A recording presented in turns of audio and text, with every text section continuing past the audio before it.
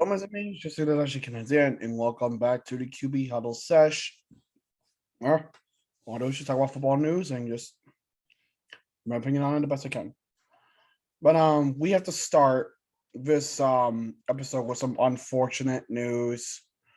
Former first round pick Dwayne Haskins, who spent his career with the Washington Commanders and the Pittsburgh Steelers recently, has unfortunately passed away at the age of 24. On Saturday, when he was in Florida practicing with some receivers and teammates, including Najee Harris, it was reported that he was hit by a car. It just fucking sucks. Like, look at, he was a bright up and coming quarterback in the NFL, right? But it just fucking sucks. Like, he had his whole life ahead of him still. 24 years old, and he's departed for the golden gates in the sky. But I also want to give a massive fuck you to Adam Schefter. Mr. Bitch Boy has decided, you know what? How about I make a post detailing the news, but also while talking about his struggles in the league. Like, look at the man just fucking died. You don't need to talk about his struggles. You know what that's like fucking saying? That's like saying Deshaun Watson was innocent. Until proven guilty, of course, but that's like saying Deshaun Watson is the best QB in the history of the National Football League, and he's only played X amount of years, missing last year because of the whole allegation bullshit. Right? That's like saying that and then tying it to something very unfortunate. That's exactly like what it's doing. It's like saying Deshaun Watson is the best QB in the NFL, but was hampered down by the allegations. That's a whole different video that I don't even know if I want to make. But if it's wanted, I'll do it. But if it's, if it's like, basically just moving on back to the main point, you don't talk about a person's fucking struggles in the league. It doesn't matter who the player is. The person died. Haskins is dead. And you want to make a tweet about that? Oh, but yeah, you deleted it. But guess what, bitch boy? The internet never forgets. The internet never fucking forgets. And when you're putting shit like that, yeah, guess what, bitch? No one's going to fucking forget. Screenshots are a thing now. And when screenshots are a thing, you know your ass is gonna get caught for fucking K. For fucking K. And you're trying to make a half-assed apology on your podcast while promoting your podcast at the same fucking time. Go fuck yourself, Schefter. Seriously, go fuck yourself. So much shit has come about with you over the past year, but it seems like you don't care. You don't care. But to Dwayne, to everyone else close to Dwayne, I offer you my sincerest condolences, my sincerest prayers. It's just a hard time for everyone involved. It was also said that 2 funeral services will take place next weekend or this weekend. No, next weekend rather. We held information here coming from the Associated Press. Sorry. April 23rd at the Christ Church in Rockaway Township, New Jersey,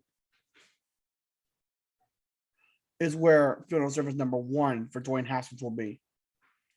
And that's at noon on April 23rd.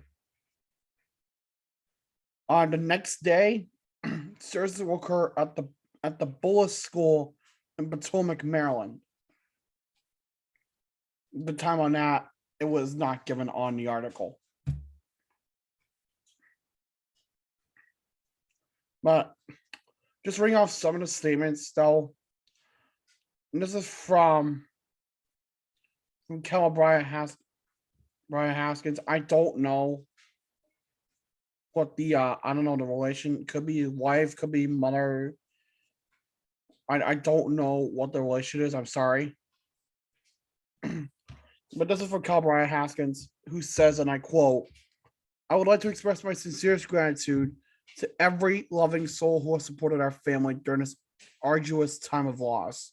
The overwhelming thoughts and prayers have been fuel for our emotional depletion.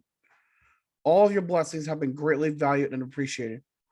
The meaningful touches and impact Dwayne made as a husband, son, brother, teammate, and friend is a timeless treasure imbrued in our hearts. I'm truly grateful to everyone who has been by our side as we mourn his untimely passing. Our family implores you for your continued prayers, yet continued respectful privacy as we painfully grieve. My husband was more than a great football player. He had a smile of a rainbow that touched the diversity of so many. He will forever rest and remain in our hearts till the end of time. His eternal love will always reside with us. Ohio State, Washington Commanders, and Steelers Nation for eternity. Love of my life, forever rests in the beautiful peace of heaven. We will be holding a celebration of Dwayne's life on Friday, April 22nd at the Allegheny Center Alliance Church in Pittsburgh. We invite family, friends, teammates, coaches, and those who want to pay their respects to Dwayne to a visitation from 10 a.m. to 11 a.m., which will be followed by a celebration of life service from 11 a.m. to 1 p.m. And that is from his wife. It just fucking sucks, dude. I can't imagine what his family is going through. I can't imagine what his wife's going through, if they have kids, what their kids are going through, what his parents are going through, brothers, sisters, if he has them, and any other living relative that's alive. I can't imagine what they're going through. It just sucks. Again, he was a great QB, up and coming, but it just sucks. Like, to lose him at such a young age like that, it's just hard. You know, like, it's hard. Like, fans are obviously distraught. The teams are distraught. Families distraught. But Dwayne, rest in peace, dude. May you find everlasting success in the pearly gates. But we do have to move on from that. I'm not going to try to move on the best way I can. Former Ravens safety Deshaun Elliott. He does have a new home, and not home, unfortunately, is has their water tainted with fucking lead. And by that, I obviously mean Detroit. They actually say it was Flint Boys. I go with it. It was a 1-year deal, according to Ian Rappaport, that was done earlier. The 25-year-old was a 2018 sixth-rounder by Baltimore. He only played 6 games this season due to a torn bicep pectoral injury.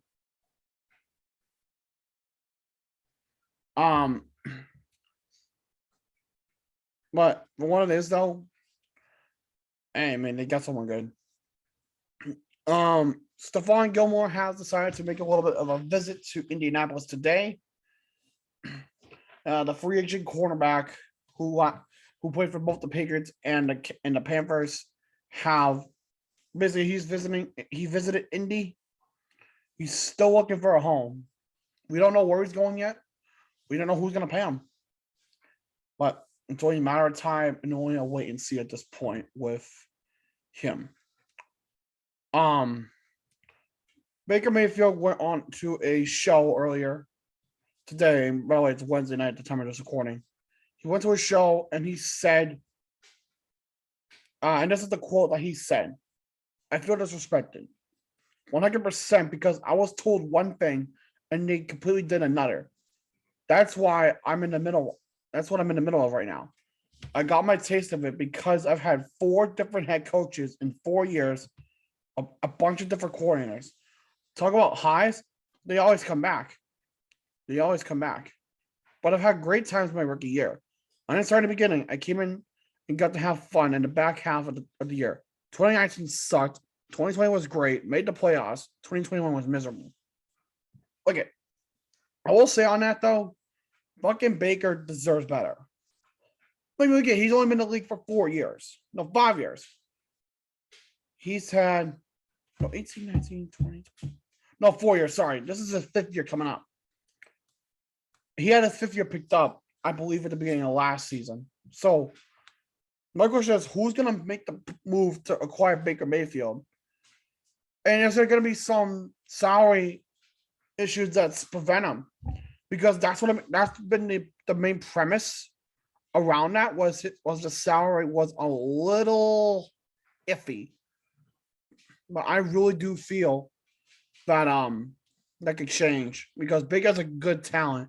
He just needs the right personnel around him. You don't put the good personnel around you, you're not going to get anywhere. Moving on now. Derek Carr, QB of the Raiders, he gets himself a fancy new contract. It is a 3-year extension worth $121.5 million. This is from Ian Rappaport and Mike Garafolo. The extension will run through the 2025 season and includes a no trade clause. And this is an average, by the way, of $40.5 million. I don't know how much of it was guaranteed, but you had to imagine there was a good amount guaranteed. Like I'll say probably 120, 125 of it was guaranteed. No, sorry. I mean, like maybe around 90, 95 million of it was guaranteed. Give or take. But honestly, though, like this one will probably end the video. This is the last one because there's so much to talk about. And I'm only bringing you the biggest pieces right now. This one, a weeks long development type of shit. The U.S. Congress has been investigating the Washington football team, and the issue here is in the report that they made with the to the Federal Trade Commission, it is alleged that the Washington football team have broken financial laws. And I don't know if you noticed, because we all learned this a week or so ago, that when teams host teams from coming from abroad, right? They pay them 40% of the total revenue that's made from that game. 40%. I don't know what the meaning of it is. It's just I don't know if it's like we pay you to come play in our stadium. You know, like is it actually cover flights, actually cover hotels, actually cover food and winter. And from what's being alleged, it was said that the Washington football team did not pay any team at all to come play in their stadium, meaning that teams had to pay for shit like expenses, hotels, flight, food, and all that shit. They had to pay for that themselves. It was also being said here, this is a quote from the article on NFL.com. In the letter, the committee outlined through the testimony of 4 employees and access to emails and documents a pattern of alleged financial impropriety by owner Dan Snyder and team executives. At one point in 2016, the committee said the team may have retained up to $5 million from 2,000 season ticket holders, while also potentially concealing shareable revenue from the league. This team is a fucking joke. And there's only Dan Snyder to blame for that. Like, really? That's the fucking road you're going to go with? Holy mother of God. Look at Dan Snyder owning a football team is a lot like it's as bad as the New York Jets. And yes, I'm taking a shot because I'm a Pats fan, but I don't care. But that's how bad it is. Look at you see how bad the Jets can draft. This is what's that's pretty much the equivalent of Dan Snyder's tenure as an owner of the Washington Commanders. That's exactly it. You can argue with me all you want in the comments, but that is exactly what the fuck it is. They suck. Their owner sucks. The team culture? What culture? What culture? Only thing the culture is as toxic and as fucking inhumane and inhospitable as fucking Chernobyl. It's so fucking dumb. It's so fucking dumb. Okay, I'll say this. This is probably the first time that this episode has gone to shit. You know what? Since we're going down the bunny hole, I thought it was going to be the last one, but we'll just keep going. We're going down the bunny hole. May as well just keep going. The Seahawks. They finally pick up somebody's fifth-year option. For the first time in their franchise's history, they picked up a fifth-year option, and it was a recently acquired tight end, Noah Fant. This is a great pickup of a fifth-year option. Noah Fant can be a great tight end if used properly. I mean, it sucks he's going to have to stick with Hawk, Cock, Lock. I'm not saying Horse, Cock, Lock anymore because he's Seattle Hawks. So, Hawk, Cock, Lock. It's like he's going to have him as a QB, but nothing he can do. Nothing he can do. But I guess really to kind of wrap up the video now, because I'm not even going to bother, I just want to preview the draft a little bit. Next week, like, just a heads up, next week's episode of the QB Huddle section is going to be full draft preview. Full draft preview. And in 2 weeks, there's not going to be an episode.